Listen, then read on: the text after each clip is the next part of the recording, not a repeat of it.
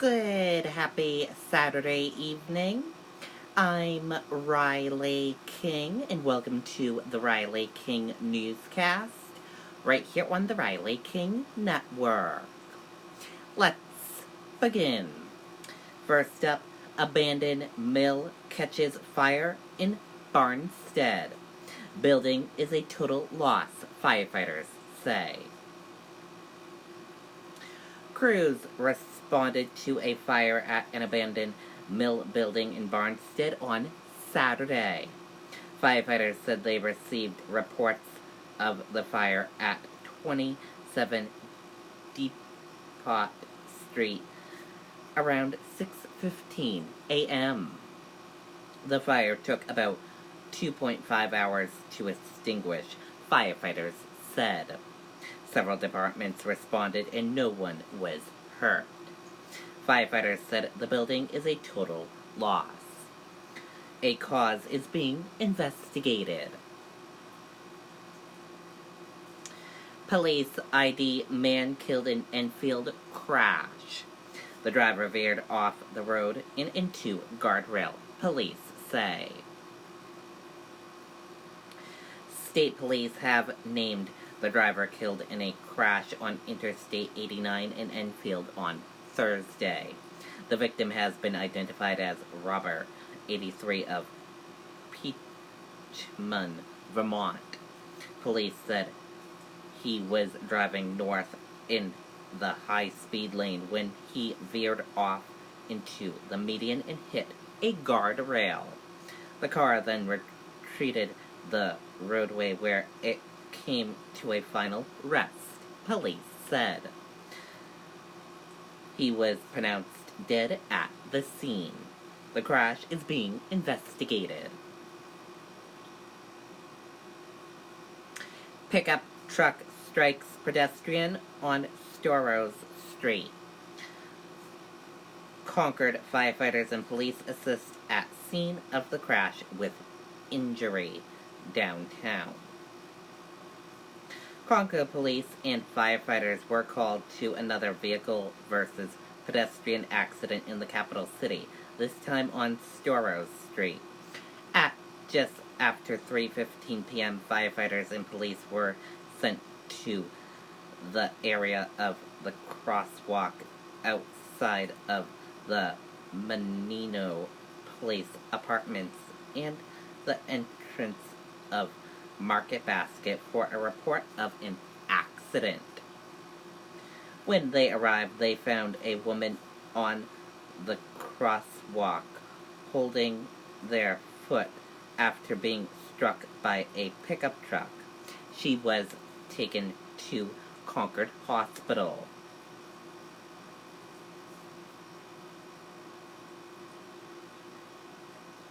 Bomb threat found at Concord Middle School deemed non-credible. A threat found in a bathroom at Rundlet Middle School this week was assessed and deemed not to be credible, according to officials. Concord School Superintendent has confirmed that a written threat was found at Rundlet Middle School this week, but it was not deemed credible by investigators and administrators. Terry Forston, the superintendent of SAU 8, said she was aware that administrators at the school and the Concord Police Department were working together to review a message that was found written on a bathroom wall. A few parents alerted Patch to the potential bomb threat on Thursday night and Friday morning. Lieutenant Sean Ford, the commander of the Criminal Investigations Division for the Concord Police Department, did not return an email seeking comment about the threat.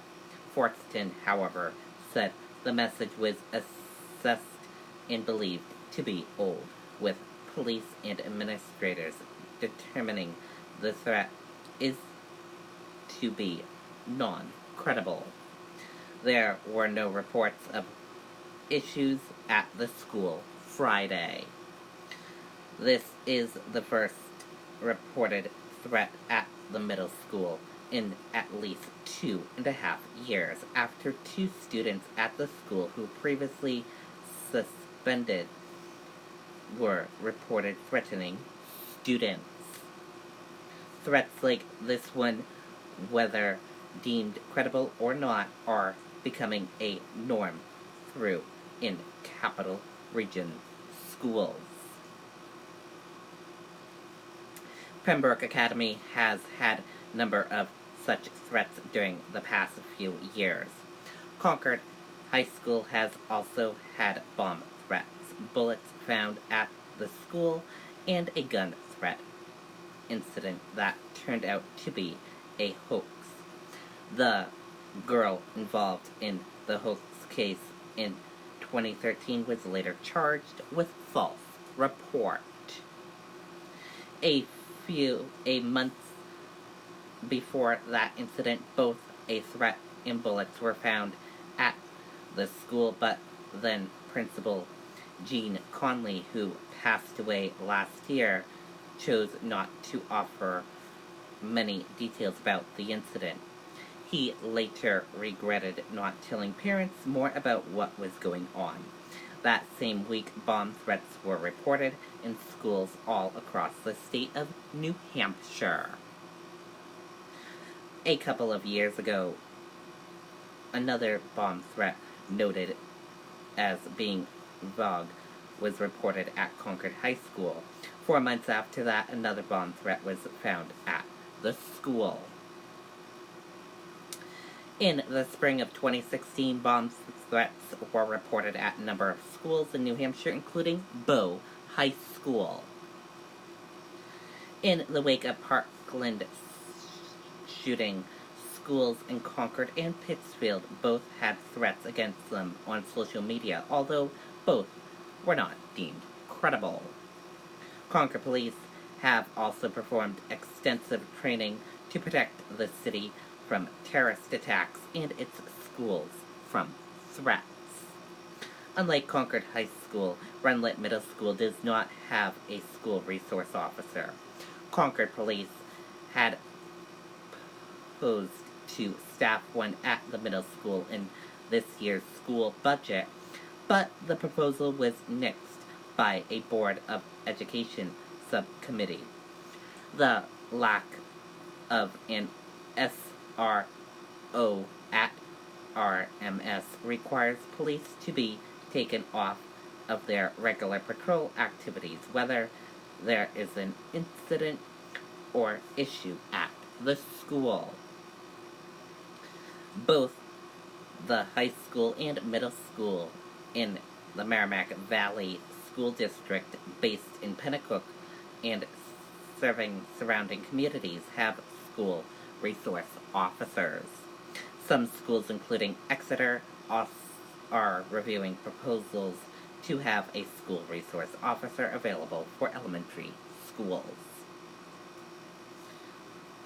According to niche.com, both the Concord and Merrimack Valley School District failed to make the most recent top 50 safest school districts list in the state of New Hampshire.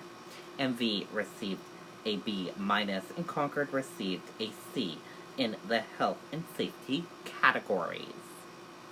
Last year, the state released a school safety preparedness task force report and noted that while New Hampshire had some of the safest schools in the country, there is always room for improvement. One of the improvements added was new and free social emotional learning curriculum. The Jesse Lewis Chose Love movement, created in the wake of Sandy Hook shootings by Jesse's mom, Scarlett Lewis. Concord High School hasn't had an incident where there was a shooting since 1985, when Lewis Carter Jr., a student who had dropped out 2 weeks before, entered CHS with a shotgun, shot at police during a standoff, and was killed by officers. While there have always been fights, bullying, and violence at the school, not unlike many other American schools. This was the first and only time the school has had an incident with a firearm.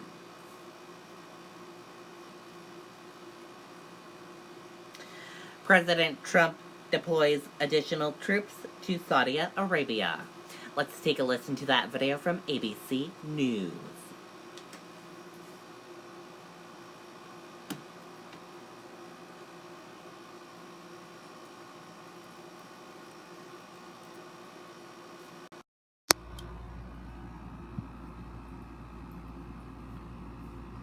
We're going to start here with President Trump sending additional troops over to Saudi Arabia after those brazen, fiery drone attacks on oil facilities over there, which have disrupted global oil markets. The White House blaming Iran. The question now, what does this new move from the Pentagon mean for the future of this crucial and volatile region? ABC's Stephanie Ramos is here with more. Stephanie, good morning.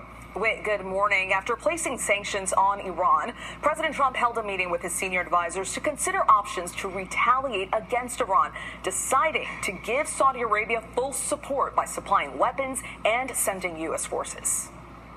After last weekend's attack by Iran on Saudi oil fields, President Trump is deploying U.S. troops and air and missile defense systems to Saudi Arabia. Defense Secretary Mark Esper calling it a first step.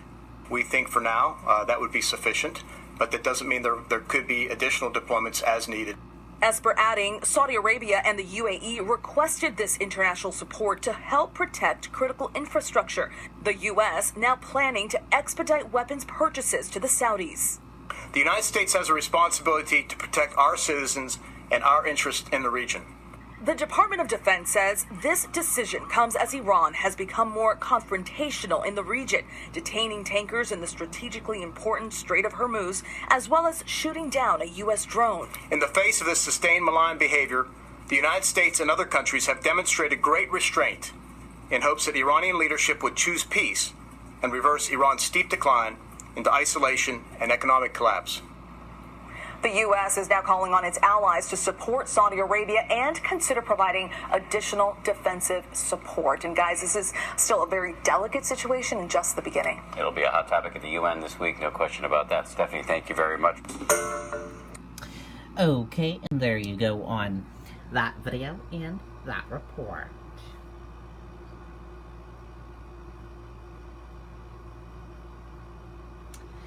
Apple forensic gather for release of new iPhone 11.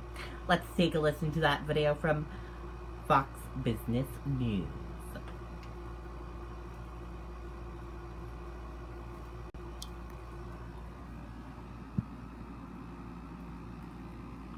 The new iPhones, the iPhone 11, hit store shelves today. Susan Lee is at the Apple store, and as we saw in Washington, it's also a beautiful day in New York. Tim Cook could not have asked for a better day. Yes. That's right. It is beautiful out here. And who says that iPhone launches aren't what they used to be? If you walk down Fifth Avenue, which is where we are right here at the reopening of the flagship here in Midtown Manhattan, take a look at the lineups and these enthusiastic Apple fans who have been here. Some have been here for hours waiting to get their hands on the new devices. That's a new iPhone 11, also the Apple Watches and the iPads as well. But of course, this reopening of the flagship has special meaning since we do have the unwrapping of this iconic cube. Once again, it's been closed since January 2017, and we had Tim Cook, CEO of Apple, in attendance, along with Deirdre O'Brien, who's the head of retail, taking over from Angela Ahrens, both here to open the store at 8 a.m. this morning. And, you know, pre-orders for the iPhone 11 this year has been better than last year, and they're hoping that's the case since we have been looking at slowing iPhone sales. But, you know, I know there's a transition to services for the company, but if you take a look at the fans that have lined up today to get their hands on the hardware, it looks like they still sell a lot of these iPhones. Back to you, David. All right, Susan, you got a busy day ahead. I'm glad it's good weather outside. You don't have to stand in the rain. It often happens when you cover these things. Thank you very much. Okay, and there you go on that video and that report. And that does it for this Saturday evening edition of the Riley King Newscast right here on the Riley King Network. I hope you all have a great rest of your Saturday evening, and I'll see you back here tomorrow for another newscast. And I'll have a news report coming up in a little bit. Good night and bye.